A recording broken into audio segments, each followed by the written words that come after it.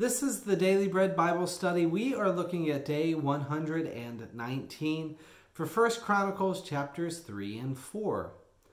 So again, this will be kind of shorter and simpler as we are looking at some more lineage.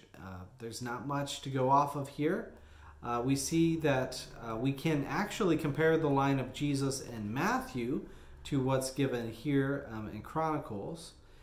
We can see that 1 Chronicles 3:11 through 12, that it skips from Jehoram to Jotham.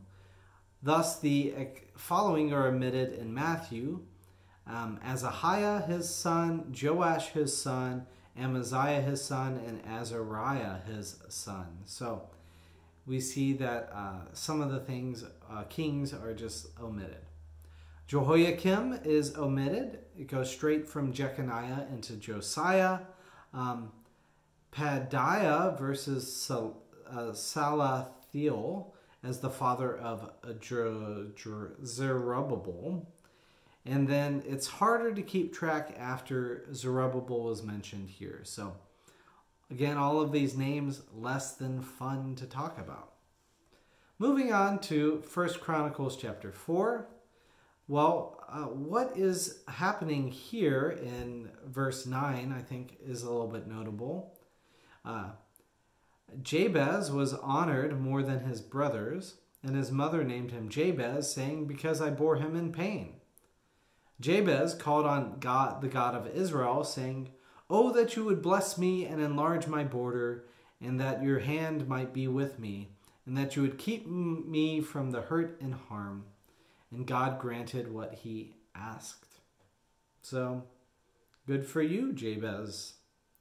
The only other reference that I can see really in 2 Chronicles 2, verse 55, the families also of the scribes that lived at Jabez, the Tirathites, the Shimeathites, the Asukathites. These are the Canaanites who came from Hamath, father of the house of Rechab. So all of these names just kind of are going over my head. So on one last note, Judah dispossesses the descendants of Ham, which we talked about the curse of Ham previously, even on day 3 in Genesis chapter 9.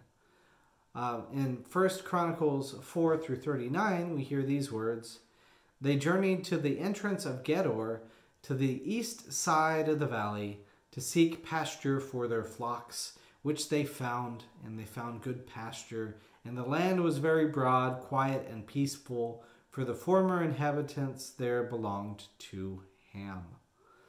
So that's kind of the end of what I see as notable in this Chronicles. I hope you are skimming through that and feel free to skim over a lot of what's happening. Most of it is just a little bit more difficult to make sense of. So hope you're able to find meaning from that, and I hope this helps a little bit.